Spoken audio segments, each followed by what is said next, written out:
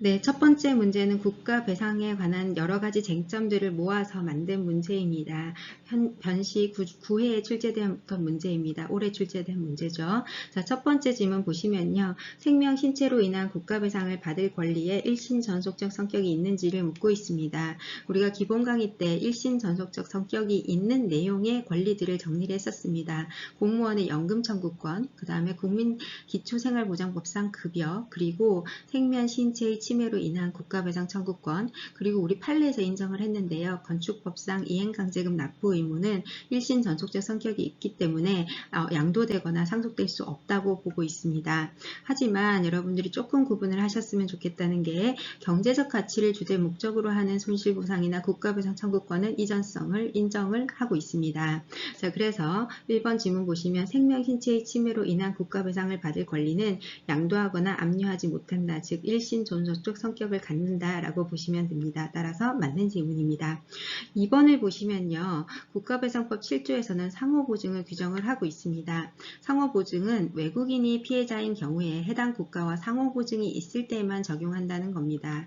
여기에서 상호보증은 외국인이 우리 국가에 대해서 국가배상 청구권을 청구해서 배상을 받을 수 있는지에 관한 겁니다. 상호보증이라는 것은 우리 국민도 외국 정부와 관련된 있는 경우에 외국 정부에게 국가배상을 청구할 수 있는 경우에 인정이 된다는 거죠. 자, 그런데 여기에서 상호보증의 정도를 어떻게 이해하는지가 문제가 되고 있습니다.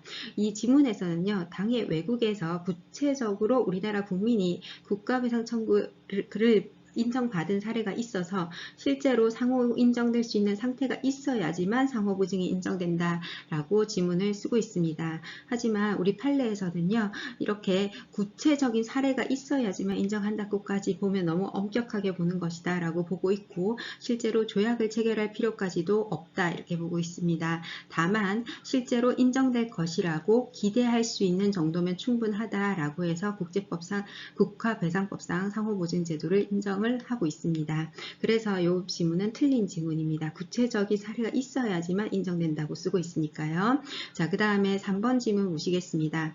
3번 지문은 행정입법에 관여한 공무원이 나름대로 다양한 요소를 고려해서 합리적인 근거를 찾아서 경과 규정 조치 없이 새 법령을 그대로 시행했습니다. 행정 공무원은 나름대로 합리적인 판단을 한 거죠.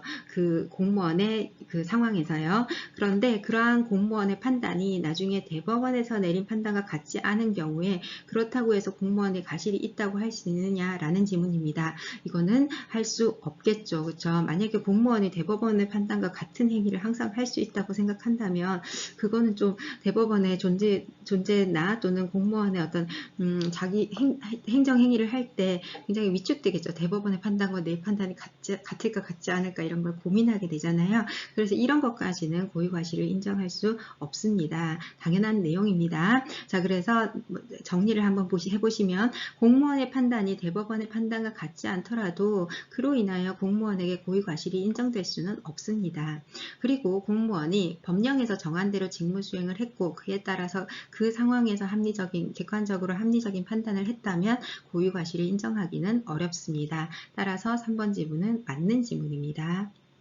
네, 국가배상법 제2조의 요건들을 하나하나 검토하는 지문들이 나오고 있습니다. 국가배상법 제2조에서는 공무원이 직무상 직무를 집행함에 있어서 고의 또는 과실로 법령에 위반하여 타인에게 손해를 끼치고 그 손해와 인과관계가 그 직무와 손해 사이에 인과관계가 있는 경우에 국가배상을 청구할 수 있다라고 규정을 하고 있습니다. 자, 이 중에서 법령에 위반하여라는 내용을 해석함에 있어서 이 법령의 범위를 넓게 해석할지 좁게 해석할지가 문제가 됩니다. 자, 아까 처음에 설명을 드렸는데요. 국가배상법에서는요.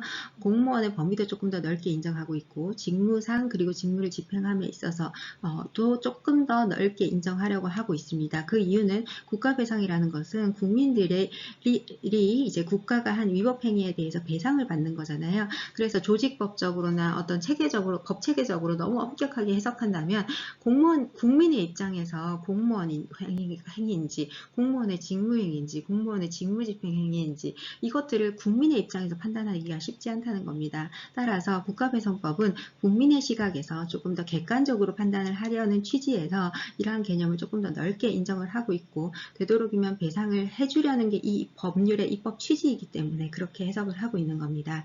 자, 국가배상법 제2조 1항의 법령에 위반하여라는 개념은 명시적으로 법령 자체, 그 명시적인 그 법령에서 정한 의무를 위반한 경우뿐만 아니라 널리 그 행위가 객관적인 정당성을 결여하는 정도까지도 포함하고 있다. 이렇게 이해하시면 되겠습니다. 자, 따라서 그 범위를 조금 더 넓게 인정을 하고 있습니다.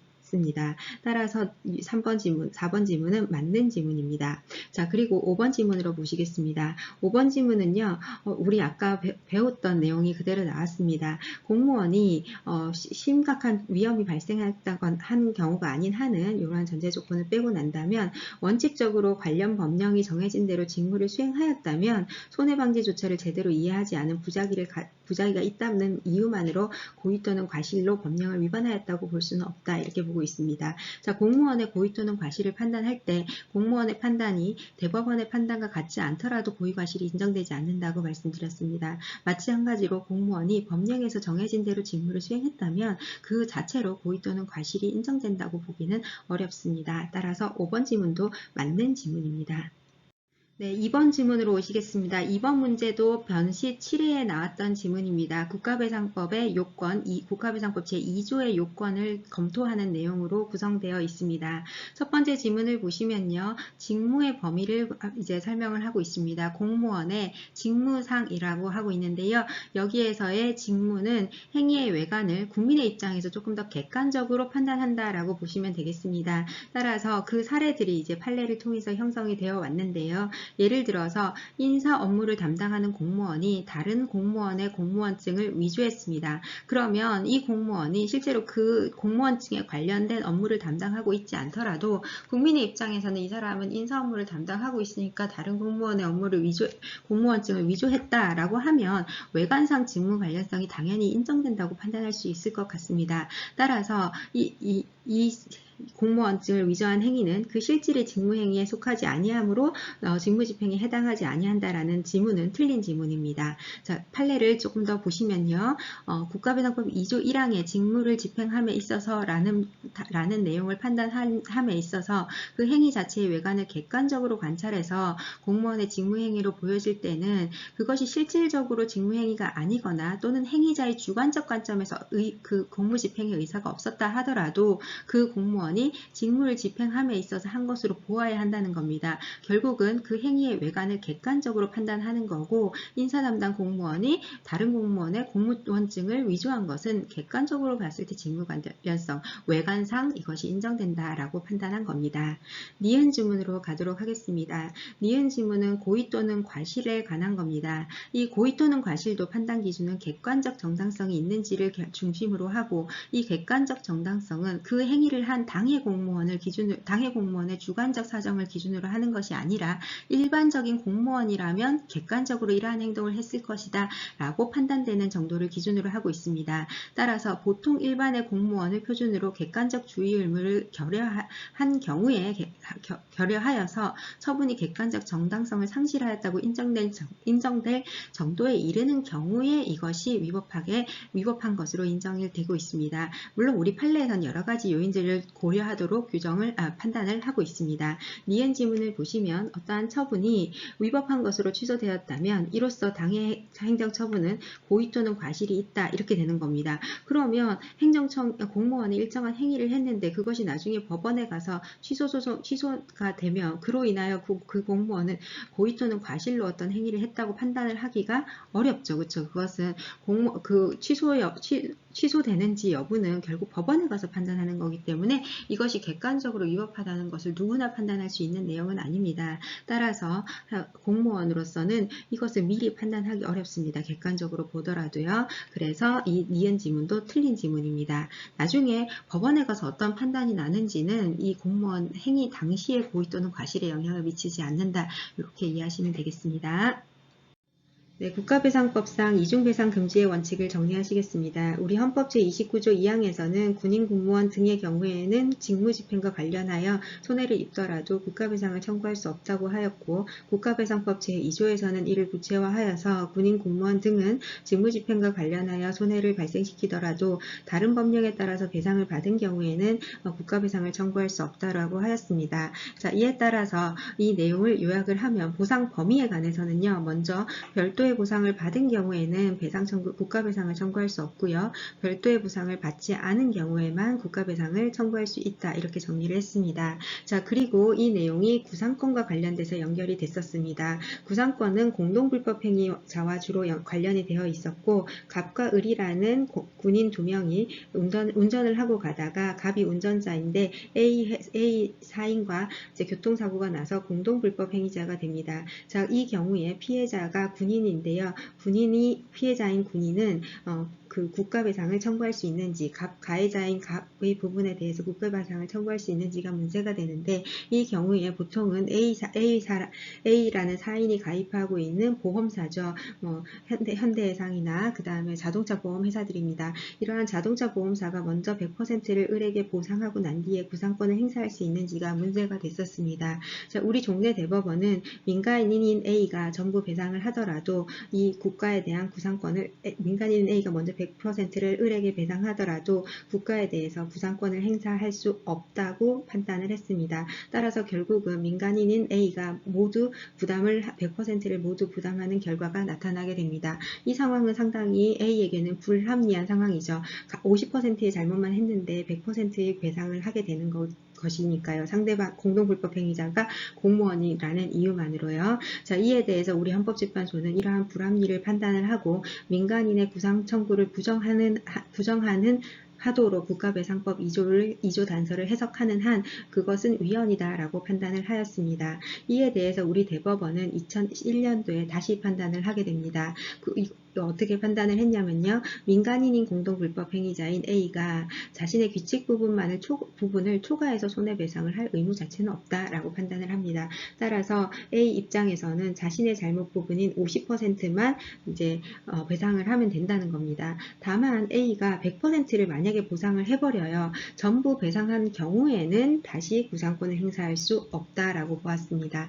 따라서 결국은 이건 어떻게 돼요? 여기에서 그 50%만 을은 50%만 배상을 받게 되니까 결국은 이 나머지 50%는 국가에게 구상권을 행사할 수 없게 되기 때문에 갑의 불법행위 부분에 대해서는 을이 부담을 하게 되게 됩니다. 자, 따라서 피해자인 그 을에게죠. 부담을 지우게 되는 결과가 나타나게 됩니다. 자, 그래서 여전히 이 판례에 대해서는 여전히 아직 비판이 이루어지고 있습니다. 자, 한번 보시면요. 구상권 부분을 정리해 보도록 하겠습니다. 우리 헌법재판소는 1994년에 뭐라고 판단했냐면 민간인이 구상권 청구를 부정하도록 해석하는 국가배상법은 위헌이다라고 판단을 했고요. 대법원은 2001년도에 민간인이 자신의 규칙 부분을 초과하여 손해배상을 할 의무는 없고 다만 전부 배상을 한 경우에는 구상권을 행사할 수 없다라고 판단을 했습니다. 자, 그래서 결국은 여러분들이 국가배상법 제2조 단서의 이중배상 부분에 대해서는 이렇게 정리를 하시면 다른 문제들을 풀 수 있습니다. 보상 범위에 관해서는 별도의 보상을 받은 경우에만 국가배상법상 보상을 청구를 할 수 없다는 것과 구상권 같은 경우는 민간인은 자신의 규칙 부분을 초과하여 배상할 수 없고 전부 배상하더라도 구상권을 행사할 수 없다. 이렇게 정리하시면 되겠습니다. 그게 문제로 나옵니다. 자, 디귿 부분 보시면요. 자, 디귿은 헌법재판소 판례가 나왔고요. 그 다음에 리을은 대법원 판례입니다. 항상 이 판례들을 위주로 문제가 구성이 되고 있습니다. 자, 헌법재판소는 1994년도에 판단을 했죠.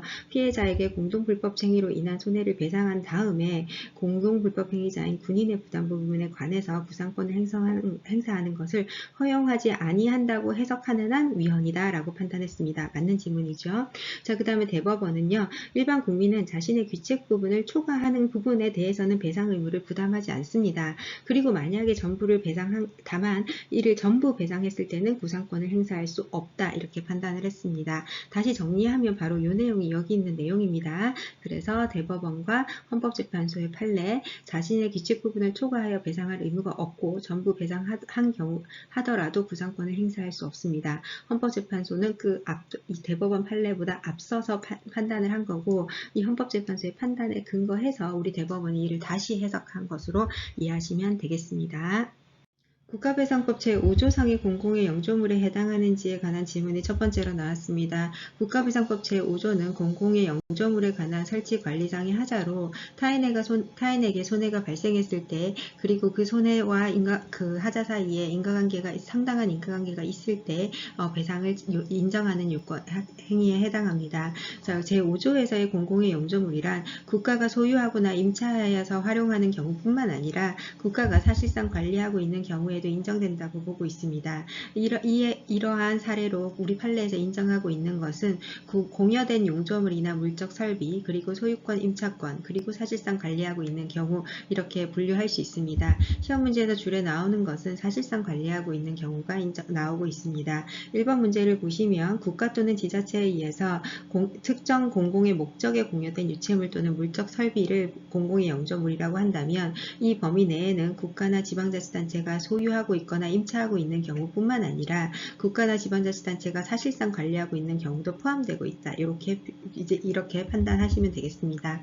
자, 그러면 두 번째로 이 공공의 영조물에 관한 설치관리상의 하자가 있는데요. 이 설치관리상의 하자 부분이 판례에서 많이 형성이 되고 있습니다. 이 설치관리상의 하자에 관해서는 판단의 기준으로 안전성의 정도를 제시하고 있는데, 이 안전성은 고도의 안전성이 아니라 사회통념상 일반적으로 요구되는 정도의 안전성을 유지하고 있는지가 문제가 됩니다. 물적 하자와 기능적 하자로 나눌 수 있고, 이 물적 하자에는 통상의 용법에 따라서 갖추어야 될 안전성 정도를 갖추고 있는지를 기준으로 판단하고 있고, 그 대표적인 기준이 바로 이 사례입니다. 고등학교 3학년 학생이 교사의 단속을 피해서 담배를 피우기 위해서 3층 건물 화장실 밖에 학생들이 출입할 수 없는 난간을 지나다가 실족하여 사고가 난 경우입니다. 자, 이에 관해서 우리 법원은 어떤 식으로 판단을 하고 있냐면, 당의 이제 난간이 학생들이 평소에 이제 이용할 수 있는 공간이 아니라 학생들이 평소에 출입할 수 없는 난간, 그러니까 그 용도에 따라서 통상 갖추어야 할 그런 안정성을 갖추지 못한 상태가 완전 무결한 상태가 아니기 때문에 사회통념상 방호조치 의무를 다하였는지를 기준으로 평가를 할 때, 이 난간 같은 경우에는 학생들이 평소에 출입할 수 없으니까 여기를 넘어서는 곳에 대한 안전조치를 엄격하게 학생들이 출입하는 곳과 같이 엄격하게 하지 않더라도 국가배상 책임이 인정되는 정도에 이르지는 않는다, 이렇게 판단을 한 겁니다. 그래서 그 판단 기준으로 보면 완전 무결한 상태를 요하는 것은 아니고 재반 사정을 종합적으로 고려해서 방호조치를 다하였는지를 기준으로 평가를 하며, 방호조치의 정조는 영조물의 위험에 비례하여 사회통념상 일반적으로 요구되는 정도를 의미한다, 이렇게 판단을 했습니다. 그래서 이 사례도 시험 문제에 종종 나오고 있습니다. 세 번째는요, 공항의 소음 발생 사건입니다. 인근 주민들이 소음으로 인하여 피해를 입었다면 그 수인 한도를 넘었는지를 불문하는 게 아니죠. 당연히 수인 한도를 넘어서 피해를 끼친 경우에만 배상 책임을 미치지, 소음이 있다는 것 그 자체만으로 배상 책임을 인정하는 것은 아닙니다. 이 안전성의 정도에서 기능적 하자에 해당하고, 이용 상태나 정도가 수인 한도를 초과하는 경우, 대표적으로 매양리 사격장 사건과 이 사건이죠. 김포공항 사건이 문제에서 출제가 되고 있습니다. 그래서 이 사건도 기출문제에 나온 판례이기 때문에 여러분들이 이제 검토하시고 기억해 주셨으면 좋겠습니다. 네 번째 문제도 마찬가지입니다. 교통사고의 원인이 될 수 있는 크기의 돌멩이, 약간 그 크기가 있는 거죠. 너무 작은 건 아니고요. 그러한 원인이 될 수 있는 크기의 돌멩이를 도로에 방치했을 때 이 도로 관리상의 하자가 인정이 될 수 있는지에 관한 것입니다. 우리 법원은 앞서 보신 것처럼 설치 관리상의 하자는 그 영조물의 용도에 따라서 통상 갖춰야 될 안전성의 정도를 기준으로 하고, 여기에는 완전 무결한 상태가 아니라 재반 사정을 종합적으로 고려했을 때 사회 통념상 방어조치 의무를 다했는지 정도를 기준으로 판단을 하게 됩니다. 자, 이 사례를 보시면 편도 2차로 도로의 1차로상의 교통사고의 원인이 될 수 있는 크기의 돌멩이가 방치되고 있었고, 이로 인하여 사고가 발생하였다면 도로보조상의 하자가 발생은 할 수 있는데요. 여기에서 문제는 뭐냐면 도로의 점유관리자의 관리 가능성과 무관하게는 아닙니다. 그렇죠? 관리할 수 있는 가능성이 있고, 그래서 관리를 소홀히 하였다는 것을 사회통념상 의무의 정도를 기준으로 평가를 해서 이렇게 판단을 한다는 겁니다. 그래서 따라서 이 부분 때문에 틀린 지문이 되는 겁니다. 자, 그 다음에 5번 문제도 마찬가지입니다. 공유나 사유나 불문하고 사실상 도로로 사용되고 있다면 도로의 노선 인정의 공고 기타 공용 개시가 없더라도 국가배상 책임이 인정된다는 건데요.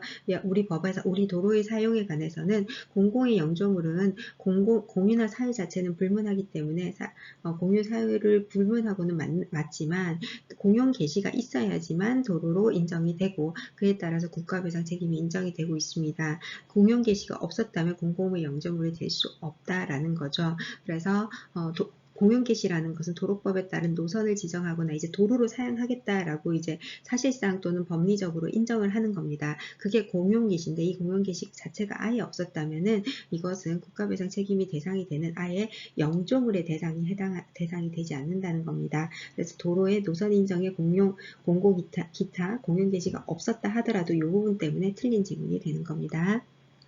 4번 지문도 국가배상법 제2조에 해당하는 요건들에 해당해서 국가배상의 대상이 되는지를 묻고 있습니다. 첫 번째 지문은 산업기술혁신촉진법령에 따라서 중앙기관과 지방자치단체가 인증을 받은 신제품을 구매하도록 규정을 하고 있는데, 이 법은 산업기술혁신을 촉진하기 위한 법령입니다. 이에 따라서 이러한 인증된 신제품을 판매하고 있는 판매업자가 지방자치단체를 상대로 소송을 제기했습니다. 인증된 신제품을 구매하도록 하는 의무를 규정하고 있는데 그 법령에 따르지 않고 다른 제품을 구매를 한 거죠. 이에 대해서 우리 법원은 어떻게 판단을 했냐면, 비록 행정청이 인증 신제품 구매 의무를 위반했다 하더라도 이것은 국가배상 책임을 지는 정도의 위법성에 이르지 않는다라고 판단해서 국가배상 청구의 대상이 되지 않는다고 보았습니다. 이것은 법령의 어떤 의도를 봤을 때 산업기술을 촉진하기 위한 법령이기 때문에 꼭 그 제품을 구매해야지, 안 그러면 다른 어떤 공익적인 위반 사항이 발생하는 것은 아니다라고 판단을 우리 법원이 한 것으로 보입니다. 따라서 이 질문은 맞는 질문입니다. 두 번째는요, 공무원의 직무상이죠. 그렇죠? 직무에 해당하는지를 보는 겁니다. 이 직무에는 권력적 작용과 비권력적 작용 모두 포함이 되지만 단순한 사경제적 주체로서의 작용은 포함되지 않습니다. 단순한 사경제 주체로서 하는 작용은 포함되지 않는다라고 쓰고 있기 때문에 맞는 지문입니다. 3번도 보시면은요, 직무집행에 관한 기준을 보고 있는데요. 직무집행은 행위 자체의 외관을 객관적으로 평가한다고 했습니다. 따라서 그 행위를 하고 있는 공무원이라는 주관적인 조건은 고려하지 않는 거죠. 그리고 실질적으로 그 행위가 직무집행에 해당하는지도 평가하지 않습니다. 국민의 입장에서 객관적으로 외관적으로 직무집행에 해당하는지를 기준으로 평가한다. 요거 기억하시면 되겠습니다. 3번 보시면 행위의 외관을 객관적으로 관찰해서 직무행위로 보이면 되는데요. 그것이 실질적으로 직무행위에 해당하지 않는지 여부는 판단하지 않습니다. 따라서 이 부분 때문에 틀린 지문에 해당합니다. 네, 4번 지문은 국가배상의 소멸시효와 관련된 사건인데요. 이거는 2016년 우리 대법원의 판단입니다. 과거사와 관련된 사건인데요. 1979년에 갑이라는 피해자가 경계 근무 중에 상관의 총에 맞아서 군인인데요. 맞아서 사망을 하게 됩니다. 자, 그리고 난 뒤에 이제 을이라는 그 상관에 대해서는 별도의 처분이 이루어지긴 했지만 국가배상이 이루어지진 않은 사건입니다. 자, 그래서 국가가 2015년에 있어 배상을 하게 된 거죠. 2000년대에 과거사진상위원회에서 조사를 한 것으로 보이고요. 그래서 국가가 이제 배상을 해주게 되는데, 문제는 이 갑이 국가배상 청구를 할 수 있는 소멸시효가 이미 지나고 난 뒤입니다. 따라서 원칙적으로 손해배상을 하지 않아도 되는 상황이었다고 합니다. 그래서 그럼에도 불구하고 국가가 신의치상 직상 갑에 대한 배상을 해주었습니다. 그리고 난 뒤에 이제 을에 대해서 구상권을 행사하게 된 거죠. 이에 대해서 우리 법원은 이미 지금 손해배상 기간이 지났기 때문에 배상하지 않아도 되는데 신의칙상 배상을 하고 난 이후에 을에 대해서 당해 공무원에 대해서 구상권을 행사하는 것은 이 갑이 또 이 을이 또 적극적으로 불법행위에 개입한 것으로 보이는 등의 특별한 사정이 없는 한은 인정할 수가 없다라고 보았습니다. 그래서 이 판례를 요약한 내용인데요. 이 내용을 한번 잠깐 보시면 국가배상 청구권의 소멸시효 기간이 지났지만 국가가 소멸시효 완성을 주장하는 것은 신의식 원리에 반한다라고 보아서 배상 책임을 이행을 했습니다. 그리고 그 소멸시효 완성 주장이 권리남용에 해당하게 된 원인행위와 관련해서 해당 공무원이 이러한 행위를 적극적으로 주도하였다는 등의 특별한 사정이 없는 한은 이 공무원에 대한 구상권을 행사하는 것은 신의칙상 허용되지 않는다라는 내용입니다. 그래서 이 지문은 맞는 지문으로 이해하시겠습니다. 다섯 번째는요, 구상권에 관한 건데요. 자, 우리가 이 공무원의 배상 책임에 관한 대위 책임설과 자기 책임설을 배우셨고 중간설과 절충설을 배우셨습니다. 자, 이 내용을 요약을 했을 때 공무원의 배상 책임은 당해 공무원이 고의 중과실이 있을 때는 선택적 청구권을 인정하고 구상권을 인정을 하고 있습니다. 하지만 그 내용이 경과실에 불과할 때는 선택적 청구권이 부정되는 것으로 보고 있습니다. 자, 그래서 여기에서의 문제는요, 그 경과실이 있는 공무원은 특별한 사정이 없는 한 국가에 대해서 자신이 변제한 금액에 대해서 구상권을 취득한다라고 묻고 있는데, 이 문제를 이해하기 위해서는 여러분들이 경과실인 경우에 어떠한 책임으로 보고 있는지를 먼저 보시면 되겠습니다. 중간선과 절충설을 따르고 둘 다 동일하게 하고 있고요. 이거는 다툼이 있는 경우에 판례에 의한다고 있으니까 우리가 판례를 기준으로 볼 경우에 공무원의 행위가 경과실인 경우에는 이 책임은 기본적으로 자기 책임, 즉 국가의 책임, 자기 책임설을 따르고 있습니다. 따라서 공무원이 한 행위가 설사 그것이 과실에 있다 하더라도 그것이 경과실에 불과한 경우에는 국가는 스스로 국가 자신의 책임으로서 배상을 한다는 거죠. 따라서 이 사안에서는 경과실이 있는 공무원이 피해자에 대해서 먼저 손해배상 책임을 해버린 겁니다. 자, 그러면 이 책임은 원칙적으로 누구 책임이에요? 국가 책임이죠. 자기 책임설이니까요. 그렇죠? 따라서 이 경과실이 있는 공무원은 특별한 사정이 없는 한 국가에 대해서 구상을 할 수 있는 구상권을 취득한다는 겁니다. 지금까지 우리가 보는 전제는 국가가 공무원에 대해서 구상권을 취득할 수 있느냐 없느냐는 관점에서 봤는데 이 사례에서는요, 반대로 설명을 하고 있습니다. 공무원이 먼저 피해자에게 배상을 해버렸어요. 그랬을 때 경과실인 경우에는 원칙적으로 국가의 책임이기 때문에 그 배상을 한 공무원은 국가에 대해서 구상권을 취득할 수 있다라는 표현이 맞는 지문에 해당합니다. 자, 요거 이해 가시죠? 자, 그래서 공무원에게 경과실이 있을 뿐일 경우에는 공무원 개인은 원칙적으로 손해배상 책임을 부담하지 않습니다. 따라서 공무원의 피해자에게 직접 배상을 한 경과실이 있는 공무원은 국가에 대한 구상권을 취득한다라고 하면 옳은 지문에 해당합니다.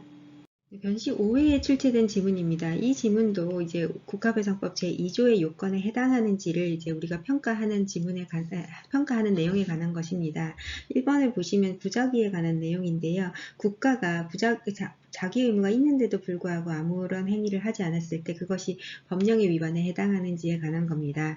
지문을 보시면 초법규적 1차적 위험을 배제할 만한 국가의 의무가 명확하게 있는데도 불구하고 공무원이 그리고 위험 배제에 나서지 않는다면 공무원의 신체나 생명이나 재산 등을 보호할 수 없는 경우인데도 불구하고 국가가 아무런 행위를 하지 않았을 때 그에 대해서 국가배상 책임이 인정된다는 겁니다. 그 근거는 공무원의 자기 의무가 발생하기 때문입니다. 자, 그래서 문제를 보시면 초법규적 1차적 위험 배제 필요가 있는 경우에 공무원의 자기 의무가 인정이 되고 그러한 자기 의무 위반도 법령 위반에 해당한다라고 보고 있습니다.